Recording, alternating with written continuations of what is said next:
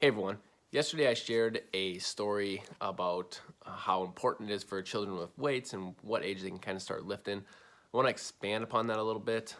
This will probably be a longer video, but I think it's something really important.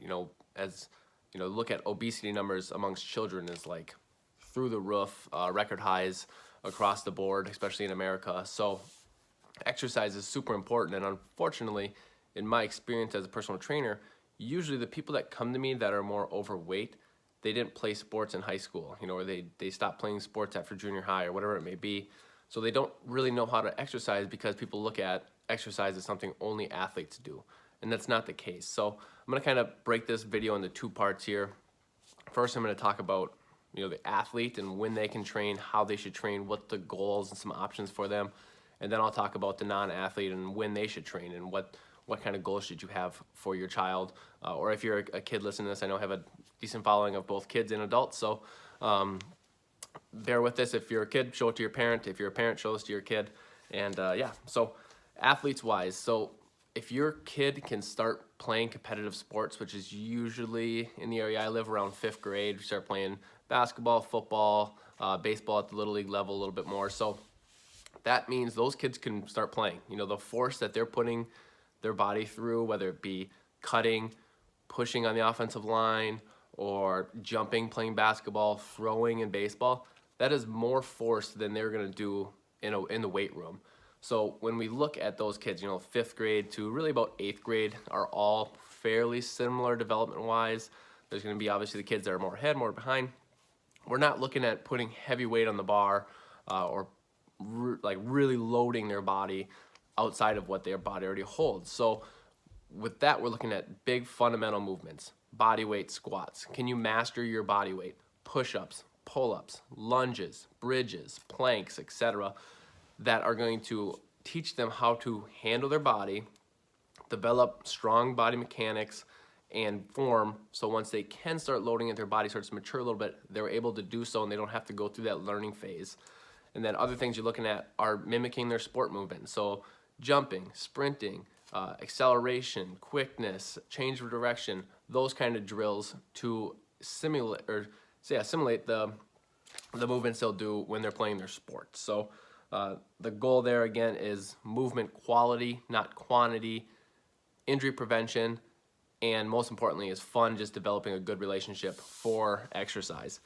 And then as you get to seventh, ninth grade, really about ninth grade on, you can start to explore the strength a little bit, body starting to mature more.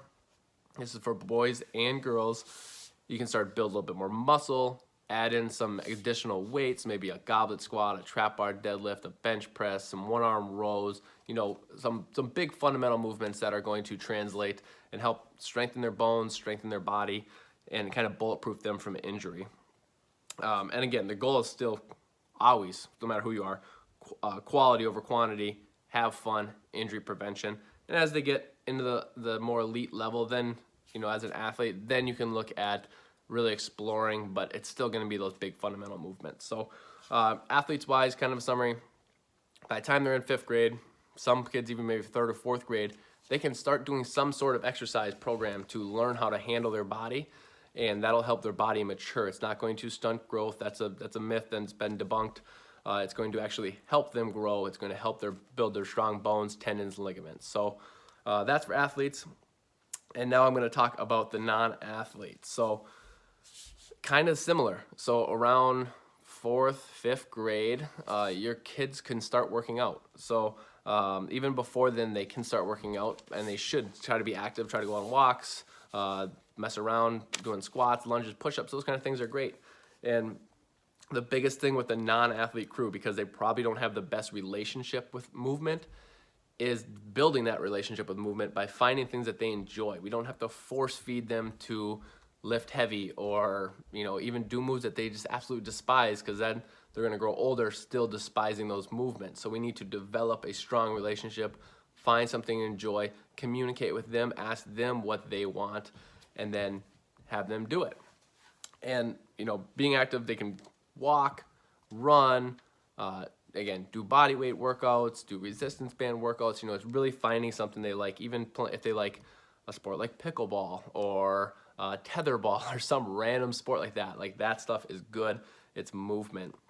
And then really educating them on the importance of movement as they grow older. So, you know, like I said, a lot of times kids that grow to be overweight adults didn't play sports when they were younger. They never got told how to move because they're not an athlete, so why would they move? So I think that is super important, of finding them somebody that can educate them on that aspect. So really from 5th to 8th grade, it's all about finding something that they can enjoy, something they can stick to, and developing that relationship. Then once they get into, you know, freshmen on through high school, of developing some strength, building some muscle, again, that's going to find joy in them, and this goes for both boys and girls, where their body feels different. Their body feels strong, that they're at an impressionable age. They need to learn how to move, so that way when they get to college, they don't feel nervous or scared of going into the weight room, and they feel comfortable working out and developing their body in college. And then post-college, again, they still feel comfortable. So think about that. Again, it's always joy first when it comes to movement. You know, it doesn't matter if your kid plays sports or not, they need to work out, they need to exercise, they need to get movement.